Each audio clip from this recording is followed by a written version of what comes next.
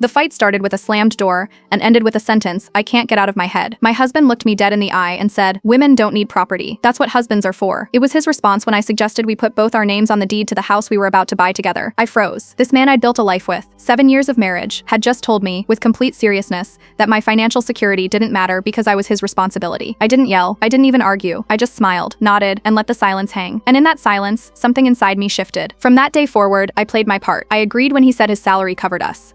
I let him preen about being the homeowner.